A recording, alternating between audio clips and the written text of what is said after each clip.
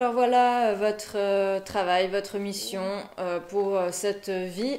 Vous avez Oh, choisi tel pays, telle heure, ah vous bon? mourrez à tel âge et voici vos parents, votre famille. C'est possible de faire quelques changements?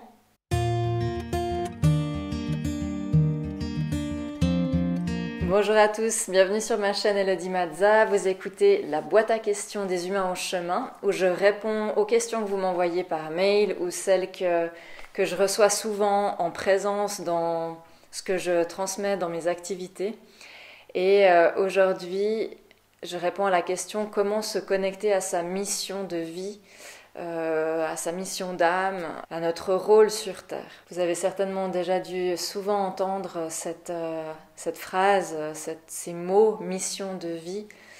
C'est vrai que ce sont des mots un peu grandioses comme ça. Et ce qu'il faut comprendre, c'est que avant toute chose, la seule mission qu'on ait réellement, c'est de pouvoir vivre, d'être dans cette vie, c'est-à-dire d'être dans cet instant, dans ce moment, et de le vivre pleinement.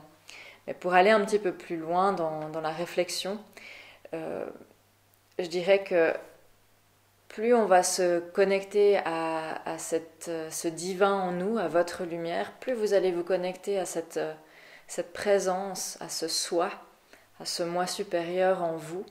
Et plus en fait cette, cette lumière, elle va venir œuvrer, elle va venir agir, elle va venir vous inspirer à travers votre intuition, hein, tout simplement. Ça va passer à travers vous. Et plus on crée de la place et qu'on permet à cette énergie d'être et d'agir dans la matière, et plus naturellement ça va vous amener dans vos compétences innées, dans vos compétences apprises, dans ces compétences, ces connaissances intérieures, ces vertus qu'a cette lumière en vous. Et vous allez simplement vous laisser porter par elle. Donc on peut très bien, enfin je vois des gens parfois, que ce soit sur les réseaux ou en vrai, des gens qui n'ont jamais entendu parler du moi supérieur, qui sont peut-être même pas dans ce domaine-là, mais qui, du fait qu'ils soient juste dans le présent, laissent place à cette présence divine en eux, et cette présence vient les inspirer à créer, à œuvrer, à rayonner, à transmettre, à parler, etc. à travers, que ce soit leur profession, ça peut être juste leur état d'être, leur état d'esprit. Et naturellement, en fait, ils se retrouvent dans leur mission de vie. Parce que cette énergie qui est la grande intelligence, qui fait partie de la grande intelligence divine, elle sait quel est le plan divin, elle sait où vous amener, elle sait où amener votre inconscient vers la conscience et vers votre vie, votre évolution, votre mission de vie. Donc c'est pas quelque chose qu'on doit chercher mentalement, cette mission de vie. C'est pas votre astrologie qui va vous le dire, c'est pas le human design qui va vous le dire. C'est pas de savoir si vous êtes avec des troubles de l'attention, si vous êtes HPI, etc. Tout ça, ce sont des outils, ce sont des étiquettes. Ça peut nous aider à comprendre certaines choses. Ça ne veut pas dire que ça n'amène rien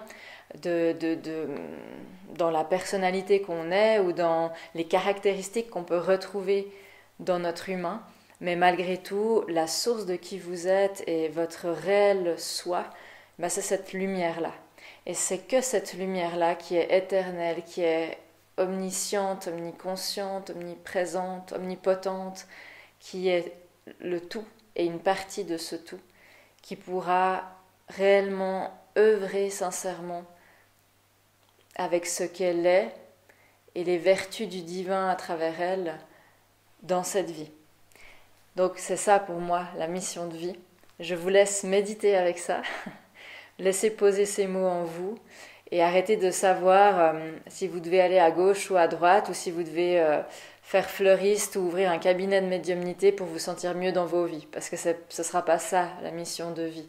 Par contre, on est tous sur un chemin où on essaie de comprendre, d'apprendre, et c'est clair que de toute façon, peu importe quel chemin on emprunte, ce sera de l'expérience, mais votre soi va toujours vous amener là où il faut. Et si vous comprenez pas, en général, la vie, elle vous donne 2-3 claques pour que vous vous remettiez sur les rails. Donc vous inquiétez pas, vous n'allez pas vous perdre, ça c'est sûr. Je vous souhaite une belle journée et je vous dis à bientôt.